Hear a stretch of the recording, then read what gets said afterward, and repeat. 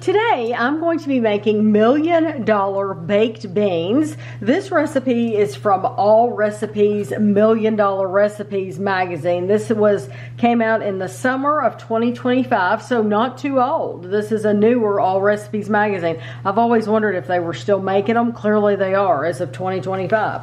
So to make this, normally I would have everything measured out for you, but I'll show you when we get back. Right now we're just going to show you what we need. You need 10 ounces of thick cut sliced bacon cut into 1-inch pieces. This is a 1 pound package. This is Walmart, great value, thick sliced bacon. Kevin and I will probably eat a piece each or something like that, but by the time it goes in the pan, you might have a little bit more than 16 ounces. It's okay. More bacon doesn't hurt. Yeah, more bacon's okay. So we've got that. You need 8 ounces of ground pork. This is actually 24 ounces, so I'm going to have to measure this out. The rest of it I'll put to the side. I'll probably go ahead and cook it all and then measure out 8 ounces that we need. You need 1 medium onion chopped, so we're going to be chopping that. You need a medium red bell pepper chopped. It's going to be about 1 cup, so we're going to chop that. You need 2 28-ounce cans of baked beans. So I chose the original Bush's baked beans, but now they did have they had flavored ones if you wanted them, but I wanted the original for this recipe. You need a 1/4 cup of ketchup. We always buy no sugar added because we can't tell the difference anymore. When it's on something or in something, you can't tell. You need 2 tablespoons of brown sugar. You need 2 tablespoons of Dijon mustard, 1 tablespoon of molasses, 1 tablespoon of Worcestershire sauce, and 2 teaspoons of the apple cider vinegar. You want to preheat your oven to 350 degrees, and you want to lightly coat a 1.5 quart or 1 3-quart baking dish. So you can have 2 1.5 quart or 1 3-quart. I'll probably coat 1 3-quart baking dish. But the first thing we're going to do is we're going to cook the bacon in a large skillet. So Kevin's going to fry this bacon for us, and while he's doing that, I'm going to measure some stuff out, and then we'll be back. We fried the bacon, and so the stove is a mess. But what you want to do, there's our onion and our pepper that Kevin chopped up. I did weigh out the amount of pork that we need because the way they have you cooking them, they have you reserving 2 tablespoons of the bacon grease, and we're going to put the pork in the pan along with the onion and pepper at the same time. So I couldn't make the whole package of pork. This was only like half of that package. I couldn't make the whole package of pork though, because then it would have been mixed in with my onion and pepper.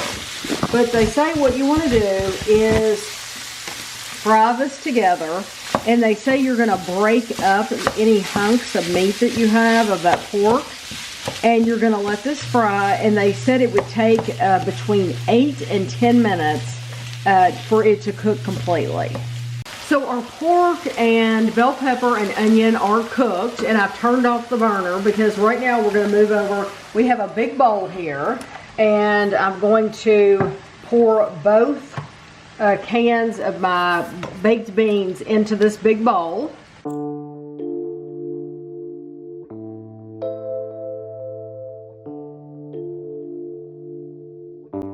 And then we're going to take the pork and we're going to put that in with the baked beans.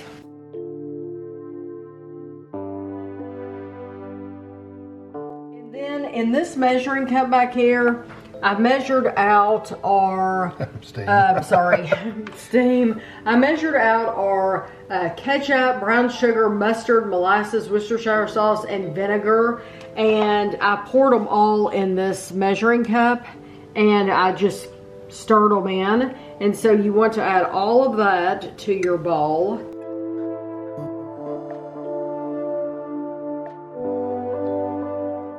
Also, Kevin cut our bacon up into little strips like this.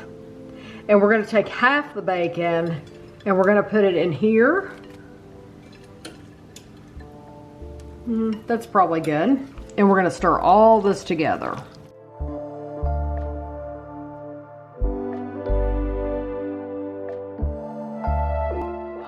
I was going to use a different pan, but I decided to use this one instead. This is a little narrower and longer, so it's not quite as big as our lasagna pan, but I think this will be a good size. It's more spread out. It's more spread out. Than the other pan you were going to use. Yeah. That looks really good. I keep thinking there's carrots in it because those bell peppers look like carrots, but it's not carrot, it's bell pepper. Okay, so then you want to take the rest of your bacon and you just sprinkle this on top like this. And then, like I said, we have the oven set to 350.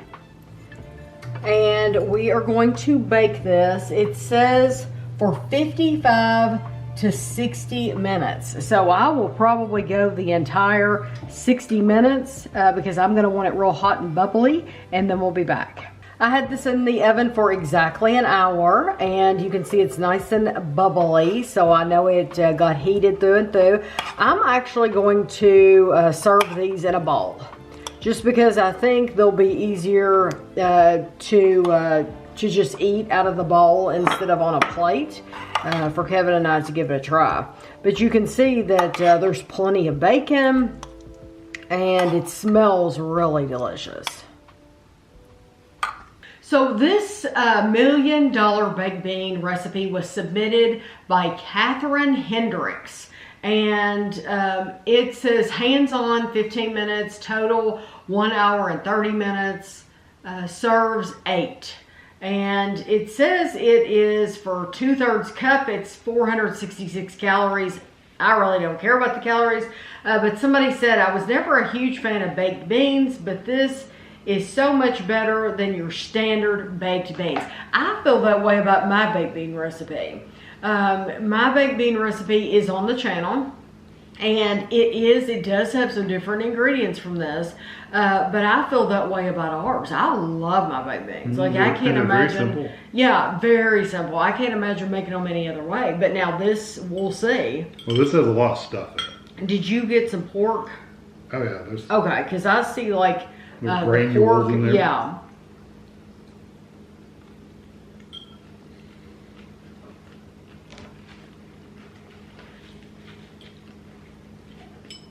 It's very hot.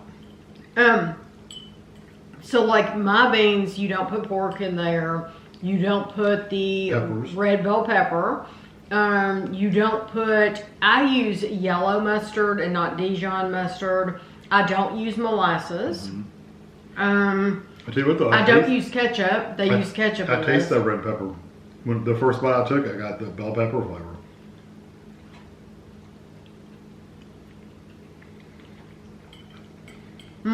Also the vinegar. I don't use vinegar on mine. I do like the vinegar flavor in there. Kind of reminds me more of a barbecue kind of flavor. That's what I'm getting from that. I don't know that the pork, I get the texture of the ground pork. I don't know that it adds as much flavor though, honestly. I mean, I think you could probably live without it, honestly. Because Tammy uses like a couple tablespoons of bacon grease in hers. That's all you really need. Right. I do really like the amount of onion and peppers in there. And I use bacon. I use bacon too, but so mine, what makes it special is it's lots of Worcestershire sauce, mustard, onion, bacon. I like the beans themselves because we're not used to buying those beans, the Bush's They're really beans. good. Yeah, it's really nice. What do you think about the peppers and onions, the amount?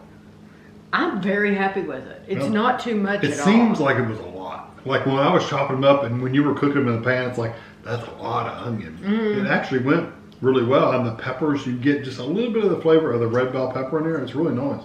If you don't like bell pepper, because I know some of you don't, if you don't like bell pepper, it's okay. Just leave them out. Yep. Just leave them out. Honestly, if you want something spicier, put jalapeno in there. You could. Honestly, though, I agree with Kevin about the pork. it really, the ground pork, it didn't add any flavor at all. There might be a little bit of a texture difference, but I'm not getting much of it just because you do have all the texture from the bacon and the beans and the onion and all that. So I don't think you necessarily need it, but that's what makes this different. Yeah. You know? Well, I mean, the ground pork in itself really doesn't have much flavor as far as just the pork. Now, maybe if you put a half a pound of sausage, do you imagine what that would have been? Oh, yeah, no, that could have been interesting. That would be different. Because that would add some flavor and textures. The same texture, but it would have more flavor in there. I like this quite a bit. But I think you could probably get rid of the pork or substitute the pepper. I got a bigger piece just now, though, and like I do get the texture. Oh yeah, you 100% get the texture. But I think I would do it with the sausage and try it out. Sausage would be delicious. I really like these though. There's nothing wrong with them. I think this is wonderful, and I mean, like, this will be our dinner tonight. Is we'll go back and fill our bowls up. And so forget about serving 8 people. It's not going to serve 8 people. But I absolutely do think they're very easy to make. And if you want something a little bit different, I think the peppers add a little bit of color to it. And so that's nice. But I have nothing bad to say. No, I mean, I would do it exactly the same. I'm just thinking of things you could do a little differently if you, ground pork, since it didn't make a huge impact, I'm thinking you could add some sausage to that. Wow, it would really. There's a little bit of sweetness there too. Flavor. Yeah, from the brown sugar and the molasses, probably. Now, I do use brown sugar in mine. So just know that there are some things that are the same, but there's a lot of things that are different. I think mine is a cheaper version.